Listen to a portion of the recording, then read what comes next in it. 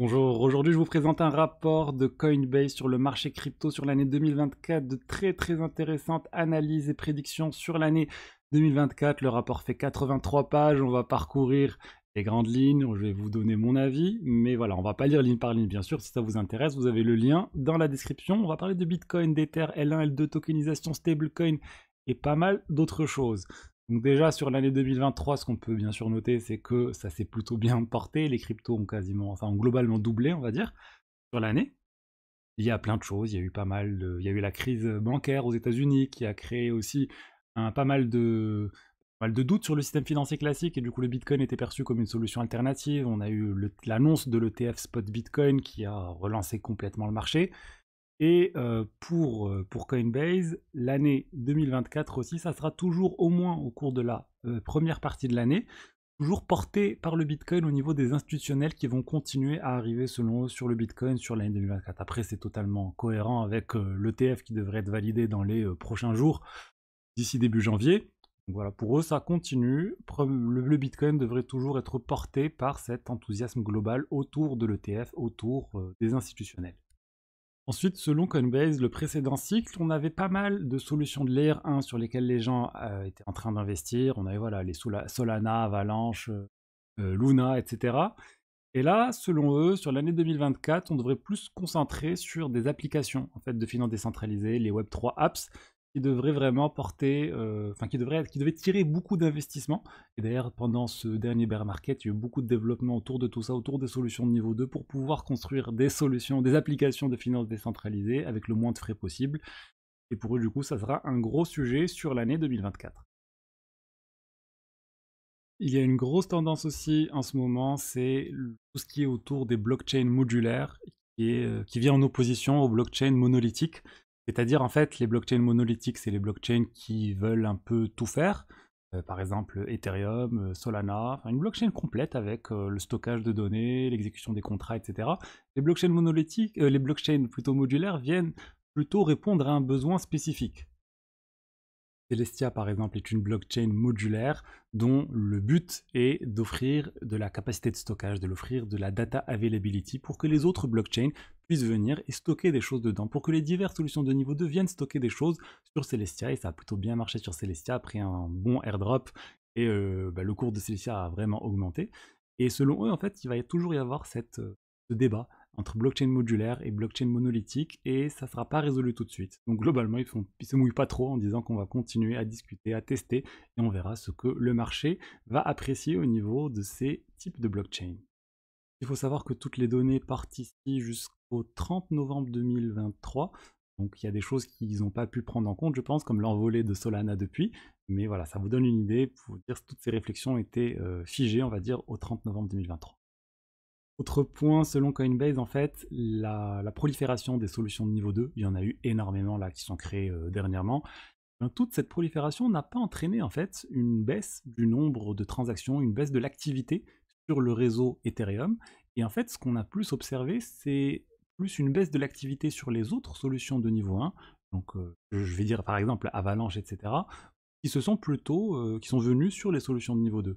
Donc c'était quelque chose qui était très controversé parce que les gens se sont dit au début, plus il y aura de solutions de niveau 2, et ben moins il y aura de transactions sur le réseau Ethereum parce que les gens vont aller migrer sur ces solutions et du coup bah, c'est pas bien pour le réseau Ethereum parce qu'il y aura moins de transactions, moins de frais, moins de burn pour l'Ether. Et eux ce qu'ils disent c'est pas vraiment ce qu'on est en train de constater, on est en train de constater plutôt encore plus de transactions. Et moi je pense que c'est ce qui va arriver parce que je pense qu'il y aura toujours des transactions sur le réseau Ethereum et l'apparition des solutions de niveau 2 va entraîner beaucoup d'autres transactions qui vont arriver sur ces solutions de niveau 2 qui n'auraient même pas existé sur la solution de niveau 1. C'est-à-dire que les gens vont faire énormément de transactions sur les L2, Optimism, etc., Polygon aussi, les divers ZKEVM qui arrivent. Et ce qui illustre bien tout ça, c'est ce graphe qui montre les transactions sur le réseau Ethereum qui n'ont à peu près pas bougé, ils sont toujours autour de 1 million par jour. Et ce qu'on voit depuis, voilà, sur l'année 2023, ce qui a beaucoup augmenté, c'est les transactions sur les autres réseaux. Sur Arbitrum, regardez, c'est énorme. Sur Optimism en bleu ciel, on a aussi sur Base, sur Zcasing. Donc toutes ces solutions de niveau 2 s'ajoutent en fait aux transactions sur le réseau Ethereum. Et ça, c'est assez intéressant parce qu'on pourrait s'attendre en fait plutôt à une baisse de ces transactions grises qui représentent le nombre de transactions sur Ethereum. Ensuite, il y a tout un point sur la dédollarisation, le fait que le dollar serait plus ou moins utilisé maintenant et que de plus en plus d'États essayent de se passer du dollar. mais il montre ce graphe en disant, regardez la part du dollar dans les transactions FX, Forex, par rapport aux autres monnaies. On a toujours le dollar qui a une part très importante. 80%, ça n'a pas trop bougé, on va dire, par rapport ces dernières années et depuis 10 ans. Après, bon, honnêtement, c'est juste pour dire, en fait, pour eux, et pourquoi on parle de dédollarisation quand on parle de crypto et de Bitcoin, parce que l'idée, c'est du Bitcoin et de crypto, et tout le monde pense qu'au bout d'un certain moment, le dollar pourrait être remplacé par une autre monnaie, par potentiellement une autre crypto comme réserve nationale pour les divers pays. Bon, on n'en est pas encore là. Ensuite, nous allons parler de l'économie US. Selon Coinbase, au vu de l'économie américaine plus la baisse des taux que devrait annoncer la Fed au cours de la première moitié de l'année 2024, et ben ça devrait se traduire par, on va dire, un peu une complexité au niveau du dollar. Et du coup, ça serait une opportunité pour les cryptos. En fait, le dollar baisserait, on va dire, par rapport aux autres monnaies, aux autres actifs, et ça serait une opportunité pour les cryptos, parce que c'est généralement comme ça que ça se passe. Ensuite, on parle de la tokenisation. Donc la tokenisation, c'est le fait d'apporter des actifs du monde réel sur la blockchain. Et là, l'année 2023, ça a vraiment été un fort succès pour la tokenisation, et notamment les tokenisations associées aux bons du trésor américain disponibles sur la blockchain. Ça a fait un x6 sur l'année 2023. On est passé à 786 millions de dollars d'actifs représentant des bons du trésor sur la blockchain. On peut voir, il y a eu vraiment une hausse assez phénoménale. On était en janvier à 100 millions et fin d'année, on est à près de 800 millions de dollars sur la tokenisation. Donc vraiment, ça marche beaucoup, et il ne faut pas oublier en fait qu'il y a déjà un actif qui est extrêmement tokenisé, qui est hyper utilisé, c'est les stablecoins. Les stablecoins, c'est de la tokenisation, c'est le dollar qui est tokenisé, et on profite en fait de la blockchain pour pouvoir l'échanger de manière rapide, de manière instantanée, de manière aussi sans permission, entre divers wallets crypto. Et pour eux, ça va continuer. On aura d'autres produits financiers qui vont arriver sur la tokenisation sur l'année 2024, et c'est un gros sujet et une grosse opportunité d'investissement. Ensuite, on parle du gaming. Le gaming et le marché gaming, on va dire, en dehors des cryptos, c'est quelque chose d'énorme. On parle de 250 milliards de market cap, de marché global auquel les cryptos pourraient s'attaquer, et selon certaines analyses, ça pourrait monter à 390 milliards pour le marché gaming dans 5 ans. Et les cryptos, ça pourrait vraiment prendre une partie de tout ça. Pour eux, du coup, ça va continuer, mais pour l'instant, on n'en est pas encore là. On a eu un déclin du gaming sur la première moitié de l'année 2023. Sur la deuxième moitié de l'année 2023, ça commence à reprendre. On a pas mal de tokens liés au gaming qui ont bien monté. Mais voilà, il va se passer des choses autour du gaming.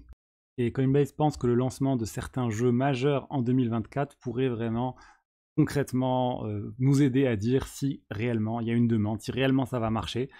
Pour l'instant, c'est encore quand même assez flou. Regardez ce graphe qui montre le nombre d'utilisateurs actifs de jeux sur le réseau Ethereum. Il y a eu le pic en septembre 2021, enfin bref, au dernier bull run avec principalement Axie Infinity et un certain nombre d'autres jeux. Et depuis, ça s'est vraiment calmé. On est en dessous de 2000 utilisateurs jour, alors qu'on était monté à près de 16 000 à l'époque.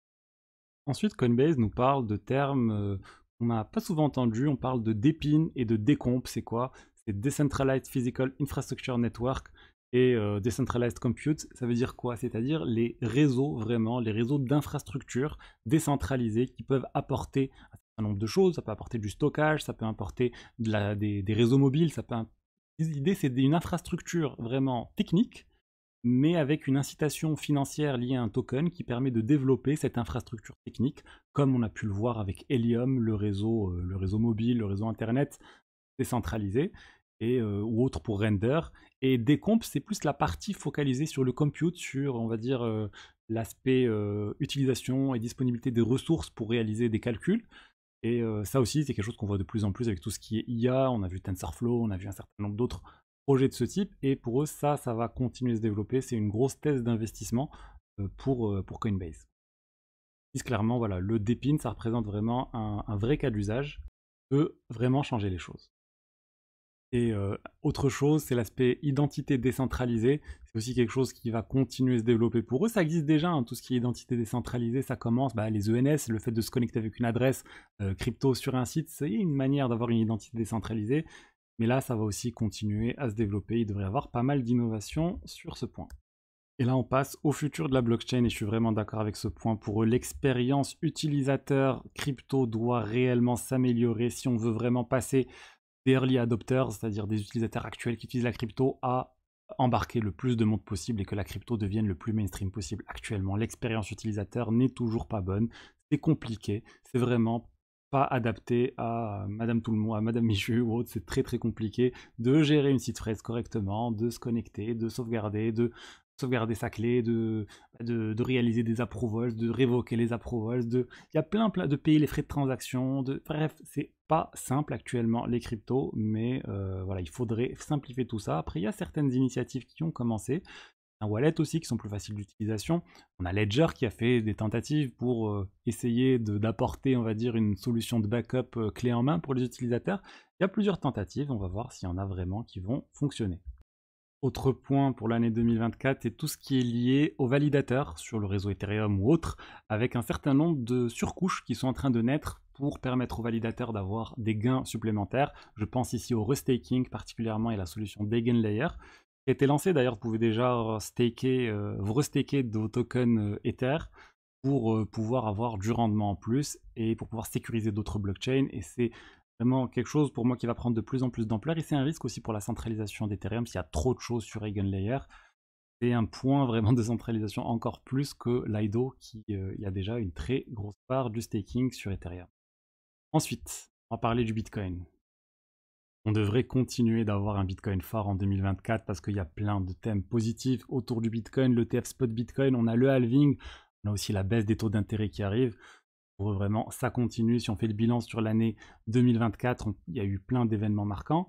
Et moi, ce que je note, c'est voilà, c'est Ordinals qui a commencé en janvier-février, qui a vraiment permis de relancer tout un dynamisme autour du Bitcoin. On a eu aussi BlackRock qui est arrivé en milieu d'année. Après, ça a vraiment augmenté et ça continue. Bref, pas mal de bonnes nouvelles sur l'année 2023 autour du Bitcoin et espérons que ça continue en 2024. Ensuite, ils disent quelque chose qu'on dit depuis toujours, c'est que les ETF spot Bitcoin vont permettre en fait aux investisseurs institutionnels qui souhaitent acheter de la crypto mais qui n'ont pas envie de manipuler de la crypto eux-mêmes, d'avoir accès à ce type d'actifs. C'est ça que tout le monde attend, l'ETF spot Bitcoin. Il devrait vraiment lâcher une vague d'investisseurs et plusieurs milliards qui devraient arriver sur le marché.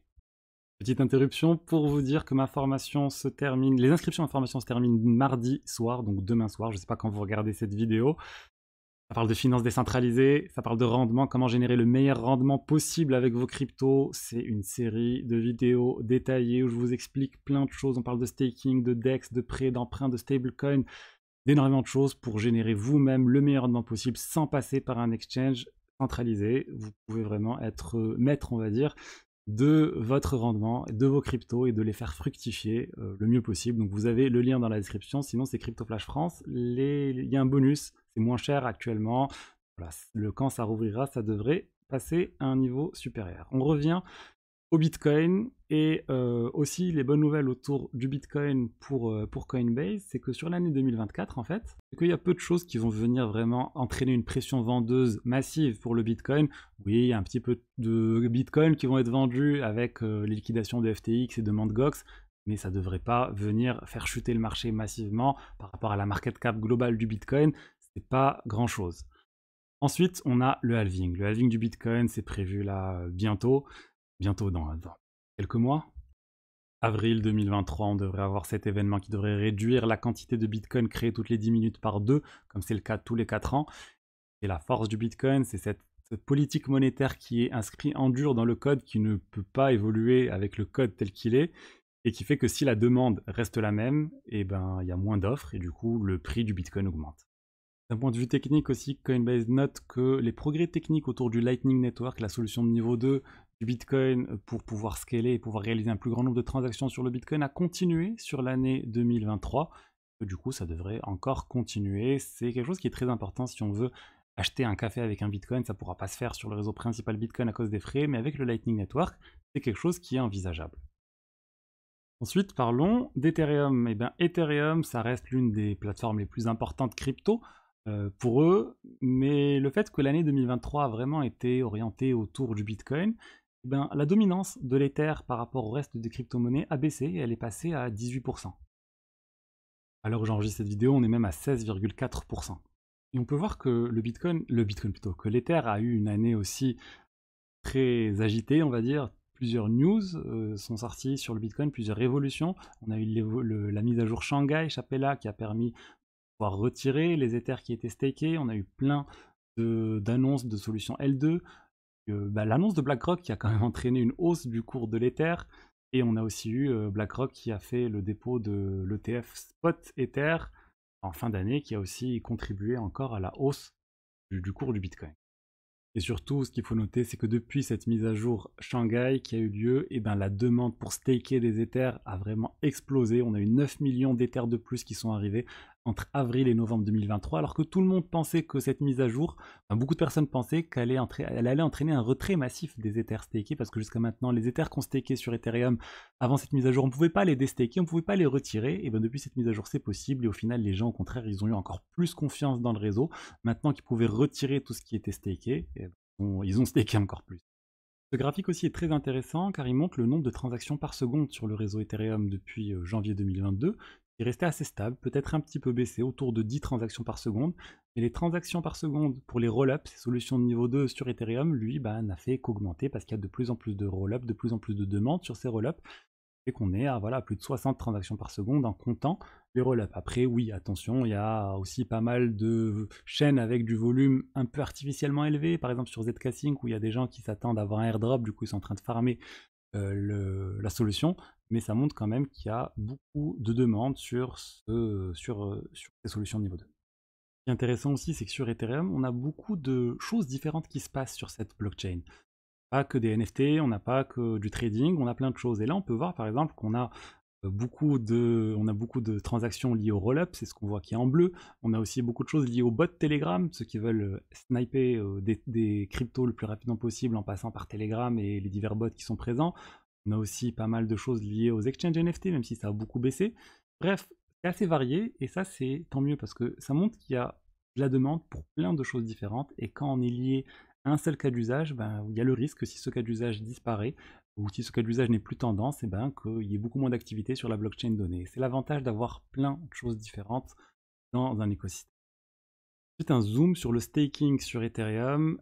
Ce qui est beaucoup utilisé, ce qui est largement utilisé, c'est tout ce qui est lié au liquid staking. Donc c'est tout ce qui est lié au staking sur Lido, sur Rocket Pool et toutes ces solutions qui permettent de staker très facilement vos tokens, de générer du rendement très facilement sur vos Ethers en fait, en achetant tout simplement un token RET ou un token STET au lieu d'avoir de l'Ether et le rendement vous est versé quotidiennement.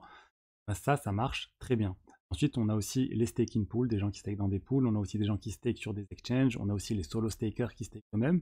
C'est important d'avoir une diversité aussi ici au niveau du staking pour pas avoir un point trop centralisé. Malheureusement, sur le niveau du liquid staking, Lido reste très centralisé, même s'il y a d'autres concurrents, même s'il y a Coinbase qui a lancé aussi son token de liquid staking, il y a Rocket Pool, mais Lido est loin devant.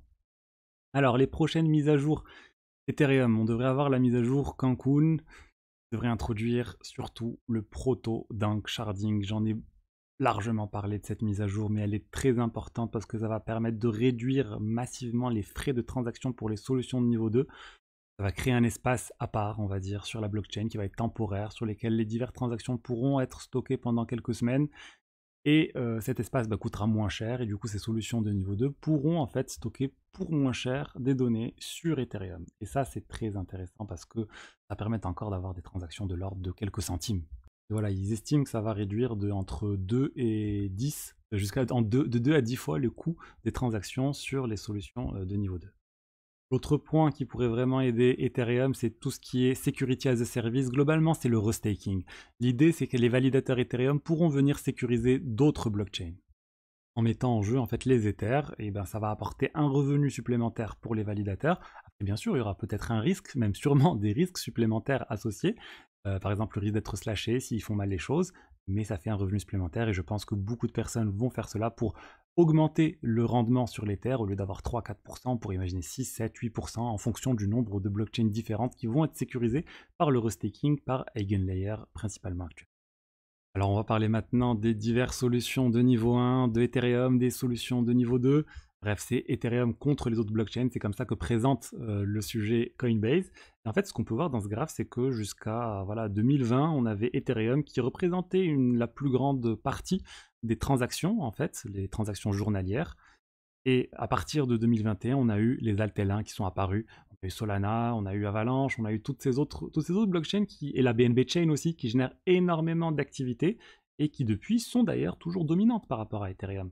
Et ce qu'on remarque, c'est qu'après le pic qu'on a eu voilà, autour de janvier 2022, ben, la part des Altel 1 a baissé. Elle a énormément baissé. On est passé de plus de 20 millions à moins de 10 millions par jour de transactions. Et en contrepartie, ce qui a augmenté, c'est les roll-ups. Le nombre de transactions sur ces solutions de niveau 2 a beaucoup augmenté. En fait, c'est cette tendance que souhaite mettre en avant Coinbase, et moi je pense aussi qu'il y a beaucoup de solutions d'ailleurs, d'autres solutions de blockchain, des L1 qui sont en train de se transformer en solutions de niveau 2 pour profiter un peu du réseau Ethereum principal, de la communauté, du narratif aussi qui est plutôt bon en ce moment, même si là c'est Solana qui reprend un peu le dessus au niveau de narratif ces derniers jours. Voilà, c'est une thèse d'investissement intéressante. Disons, si vous pensez que ces L2 vont continuer de prendre de plus en plus de parts de marché au L1, investir sur l'Ether, investir sur divers tokens de L2, c'est un type d'investissement que vous pouvez réaliser. Ensuite, il y a eu beaucoup de consolidation au niveau des solutions de niveau 2. Ou plutôt, excusez-moi, il devrait y avoir une consolidation au niveau des solutions de niveau 2 parce qu'il y a plein de solutions différentes qui existent maintenant et au final, ça va créer quelque chose de complètement fragmenté si on reste sur autant de solutions différentes. On a l'OP-Stack, on a le Polygon CDK, on a Arbitrum, ZK-Sync qui a sa propre solution aussi de L2. Et du coup, Coinbase pense qu'il y aura une consolidation au niveau de tout ça, peut-être des fusions, en tout cas moins de solutions comme ça qui veulent toutes faire la même chose. Alors même si Coinbase est très porté sur Ethereum, hein, parce qu'ils ont lancé leur solution de niveau 2 Base, ils parlent bien de Solana en disant que Solana vraiment a attiré beaucoup de développeurs, beaucoup d'intérêt de développeurs sur l'année 2023 avec leur approche qui est fondamentalement différente au niveau du design, au niveau de la philosophie de la blockchain. Et ça a marché, honnêtement, c'est un pari osé que Solana a fait de lancer cette blockchain avec une machine virtuelle différente, langage de programmation différent et d'attirer quand même des développeurs. Et ils semblent avoir réussi leur pari. Il y a beaucoup de développeurs qui lancent des choses sur Solana et ça marche. On le voit actuellement au niveau du cours de Solana et au cours de l'intérêt global pour cette. Aussi, Solana avait des problèmes de stabilité, on en a beaucoup parlé l'année dernière principalement. Là, ça s'est stabilisé depuis quelque temps et il y a la sortie de plusieurs logiciels, de plusieurs clients qui vont permettre d'avoir un réseau Solana plus stable, quelques Firedancer. Ça a amélioré la stabilité du réseau parce qu'il faudrait que ça soit plus distribué, qu'il n'y ait plus un seul, on va dire, logiciel qui fasse tourner la plupart des nœuds Solana. Plus il y en aura, plus il y aura de clients différents, moins un bug sur un des clients entraînera une chute du réseau. La tokenisation, on en a déjà parlé, mais ils refont un zoom dessus en disant que l'avantage de la tokenisation, c'est de pouvoir avoir des tokens qui sont disponibles et qui fonctionnent 24 heures sur 27, complètement automatisés. On peut auditer, c'est complètement transparent sur la blockchain. Et du coup, il y a moins de risques, tout simplement. Et les choses vont continuer à se développer, même si jusqu'à maintenant, il y a eu pas mal aussi de tokenisation qui se font sur la blockchain, mais de manière qui n'est pas permissionless, c'est-à-dire pas réellement ouvert à tout le monde, comme pourrait l'être l'USDT, comme pourrait l'être l'USDC, ou comme pourrait l'être d'autres actifs qui permettent d'avoir des accès aux bons du trésor. Il y a un certain nombre de sociétés et de banques qui se lancent dans la tokenisation, mais c'est assez bâtard parce que c'est pas réellement décentralisé, c'est toujours contrôlé, mais pour eux ça va quand même changer sur l'année 2024. Ensuite, ils nous proposent quelque chose autour des stablecoins en disant que la quantité de stablecoins en circulation a baissé en fait de 9% par rapport au début de l'année 2023. Alors l'événement majeur, bien sûr, il y a eu la crise bancaire aux États-Unis qui a créé beaucoup de peur autour de l'USDC. Alors ils disent pas ça clairement, on va dire, dans ce rapport Coinbase. On sait que Coinbase, ils sont aussi derrière l'USDC. Voilà, ils disent que c'est dû à un manque global de liquidité, aux régulateurs et à la hausse des taux d'intérêt. Moi, il y a eu vraiment cette crainte autour voilà, de l'USDC. Parce que l'USDT, au final, il se porte très bien par rapport à l'USDC. Mais voilà, pour eux, stablecoin, ça va continuer à représenter une partie importante du futur des cryptos, vu que les frais de transaction sont faibles, vu que c'est transparent, vu que ça fonctionne bien. Mais ils demandent plus de clarté au niveau du régulateur. Sur l'aspect régulation, selon Coinbase, il devrait y avoir des signes d'amélioration de l'aspect régulation aux États-Unis. C'est clairement pas clair. Ce qui se passe aux États-Unis, c'est juste pas clair. On a la SEC qui est en train de s'attaquer à tout le monde, on a la CFTC aussi, on a le Congrès qui veut lancer des choses, mais Rien n'est lancé, rien n'est proposé, on n'a pas de cadre réglementaire global comme on a pu l'avoir au sein de l'Union européenne avec le projet MiCA. C'est quelque chose vraiment qui est attendu au niveau des États-Unis. Et le fait qu'il y ait ce manque de clarté, et bien selon Coinbase, ben, il y a un certain nombre de développeurs, de talents qui sont en train d'aller en dehors des États-Unis pour développer des choses liées à la finance décentralisée, pour éviter de risquer, risquer d'aller en prison parce qu'ils ont lancé un protocole finance décentralisé. C'est des choses qui est arrivé, ou en tout cas on a vu la SEC s'attaquer à ce type de protocole aux États-Unis avec des accords dernièrement. Voilà, il faudrait, on va dire, que les choses soient plus claires pour que la finance décentralisée reste quand même présente aux États-Unis. Elle, Uniswap, c'est une société américaine. Uniswap Labs est une société américaine. Le protocole est décentralisé. Voilà, il y a pas mal de sociétés crypto de DeFi qui sont nées aux États-Unis et qui maintenant, peut-être les prochaines ne seront créées en dehors des États-Unis. Ensuite, il faut un zoom sur MiCA en disant voilà, MiCA, le nouveau règlement européen sur les cryptos sera appliqué à partir entre juin et décembre 2024. Ah, voilà, c'est ce que je pense que Coinbase aurait apprécié avoir aux États. Et à la fin du rapport, Coinbase fait leur pub, on va passer. Donc voilà, c'était tout ce que je voulais vous dire aujourd'hui sur ce rapport. N'hésitez pas à me dire ce que vous en pensez. Est-ce qu'il y a des points qui vous ont marqué? C'est quoi les éléments qui ne sont pas présents dans ce rapport, selon vous, qui devraient vraiment être une tendance sur l'année 2024? Preneur de vos retours et je vous dis à demain pour une vidéo d'actualité. Au revoir.